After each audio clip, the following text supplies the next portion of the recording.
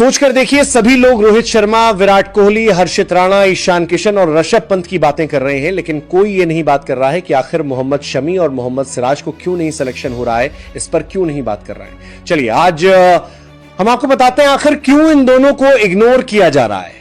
ODI, T20 और न test में आखिर क्यों नहीं हो रहा है। शुभमन गिल की वापसी हो रही है तो श्रेयस अय्यर वाइस कैप्टन के तौर पर वापस आ रहे हैं। ओडीआई स्क्वाड में 7 चीजें होने वाली है, वो 7 के साथ आपको बताने वाला हूं। वो 11 जनवरी से हमारी ओडीआई सीरीज शुरू होगी, जहां पर न्यूजीलैंड से हमने वाले हैं, खास T20 वर्ल्ड कप से पहले। और ये इंपॉर्टेंट है। इंपॉर्टेंट इसलिए क्योंकि विराट कोहली, रोहित शर्मा इसके बाद आपको सीधा सीधा आईपीएल में खेलते हुए नजर आएंगे। अब जाहिर सी बात है, जिस तरीके की परफॉर्मेंस है आपको रोको वहां पर दिखेंगे, लेकिन उस रोको से ज्यादा इंपॉर्टेंट यह है कि Rishabh Pant in all set to be dropped. जी हां, ऋषभ पंत इस ओडीआई स्क्वाड से ड्रॉप होने वाले हैं और उनकी जगह ईशान किशन को अब बैकअप विकेटकीपर के तौर पर आप देखेंगे। KL Rahul first choice opener भी हैं, विकेटकीपर भी हैं। अगर आप मिडिल ऑर्डर में देखेंगे तो वो लीड भी कर रहे थे, लेकिन शुभमन गिल भी एज अ कैप्टन अब वापस आएंगे।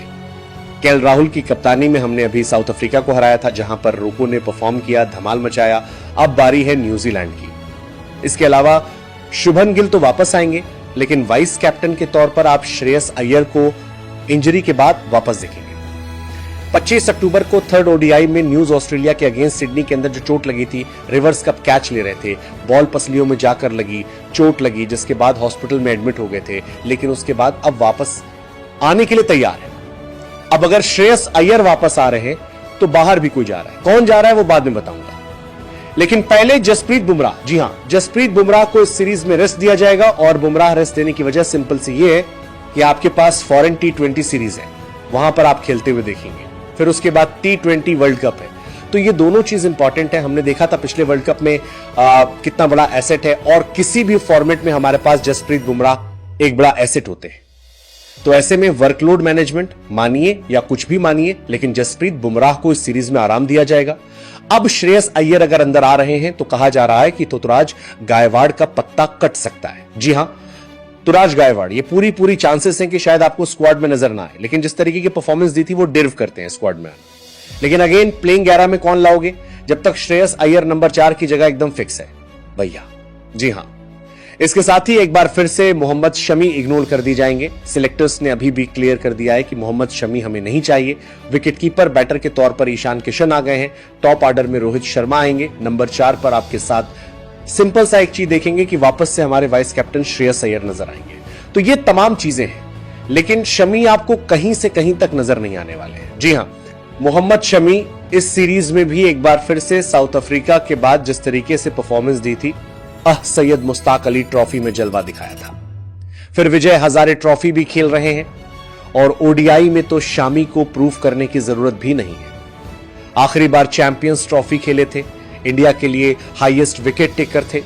2023 के वर्ल्ड कप में हाईएस्ट विकेट टेकर थे, तो प्रूफ करने की जरूरत नहीं है, लेकिन बावजूद इसके उनको इग्नोर किया जा रहा है। तो अगर टीम देखें उसमें जगह कहां बनती है, यह हम सबको पता है कि शामी की जगह बनती है हर्षित राणा, लेकिन आपको नजर आएंगे वहां पर शुभमन गिल कैप्टन होंगे, फिर रोहित शर्मा होंगे, साथ में विराट कोहली, श्रेयस अय्यर, केएल राहुल नंबर 5 पर, 6 पर हार्दिक, फिर अक्षर पटेल, और फिर उसके बाद कुलदीप यादव, देन मोहम्मद सिराज की वापसी हो रही है। ओडीआई सेटअप में एक बार फिर से साउथ अफ्रीका के अगेंस्ट नहीं थे, लेकिन न्यूजीलैंड के अगेंस्ट वापस आ रहे हैं। साथ में अर्शदीप होंगे, साथ में मेरे हिसाब से मोहम्मद शामी होने चाहिए, बट अगेन नहीं होने वाले।